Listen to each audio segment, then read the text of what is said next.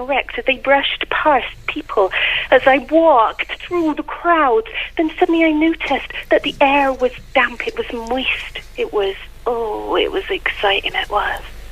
And then the air was almost thunderous as I lay back down on the ground and stared up at that blue-grey patchy sky and noticed that there were birds above me, and I was wondering if they were going to plop on my face, but they didn't.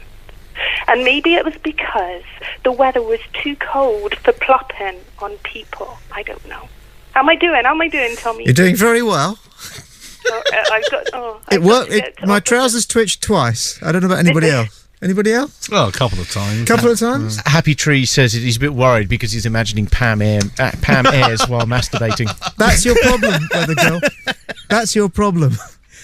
And Happy Tree's gone right to the heart of it.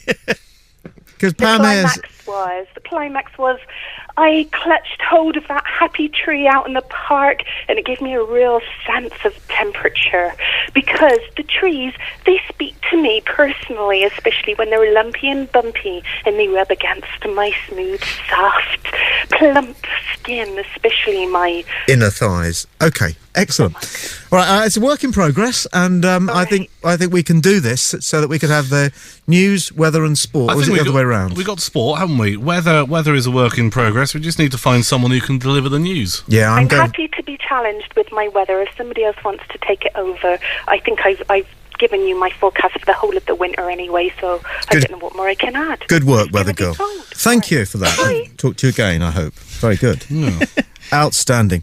It's very nearly 8 o'clock. We'll take some more calls and some more Skype calls in just a second. Email, it's studio@playradiouk.com. We'll prioritise emails over, I think, Skype chat, although Stuart does a great job of staying on top of those.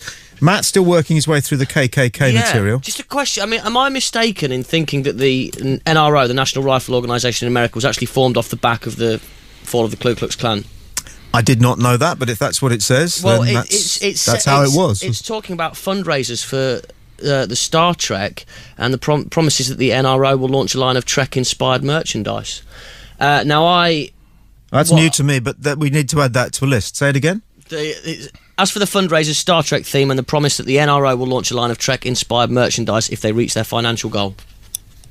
Okay. And I have heard, I think, and it could be unfounded, it might not be true, I'd have to research it, I've heard perhaps that the NRO was formed through the Ku Klux Klan. Okay, well, top work.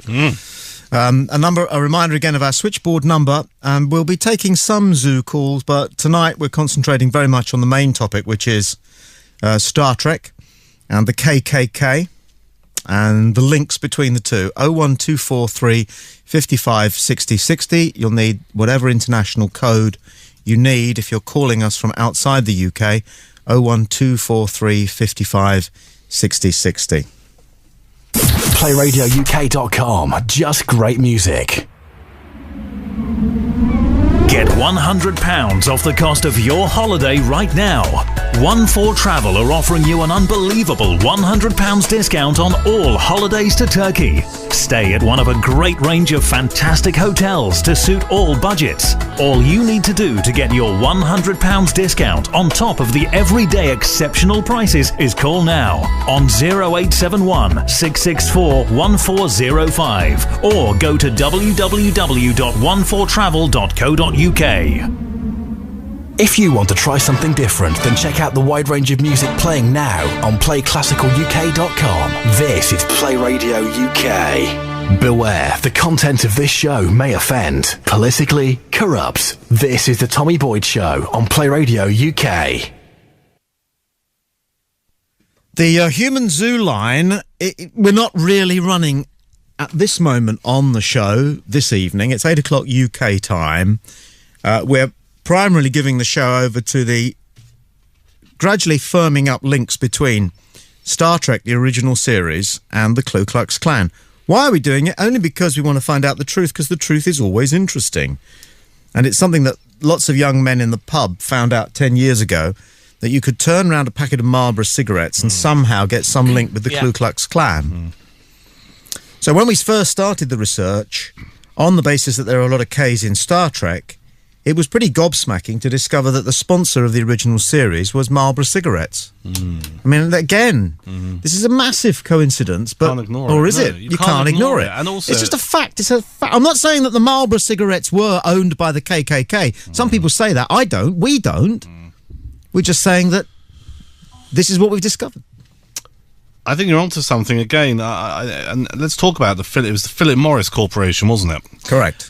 Who were the main sponsors of Star Trek, and their main product was Marlboro cigarettes, which in movie history has been used time and time again. But also, if you watch some of the big war films, you know, where typically you have a dominant country, namely the US, which would be in somewhere like Vietnam or Korea, all of the soldiers are smoking Marlboro cigarettes. Yeah.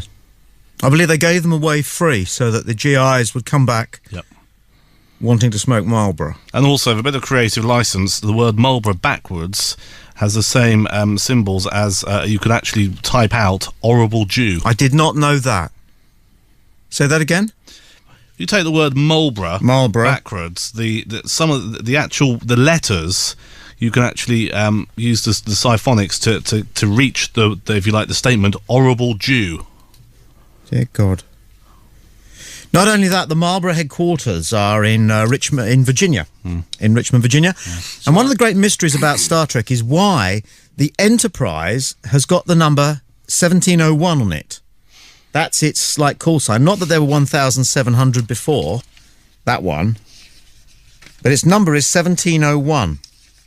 And the tiniest bit of research leads you to discover that it was in 1701, round the corner from where the headquarters of Marlboro Cigarettes now are, in 1701, that the first Confederate flag was flown from the city of Norfolk. I'm sorry, I'm lying. It's not in 1701. That's the actual address of the flying of the first Confederate flag. It was VA 1701.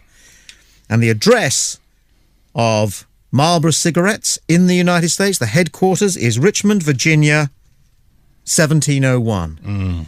Now, that's a coincidence. It's a massive coincidence. But we're getting a lot of That's coincidences all here, it aren't we? is. Which is stacking up. All it is. It's a coincidence.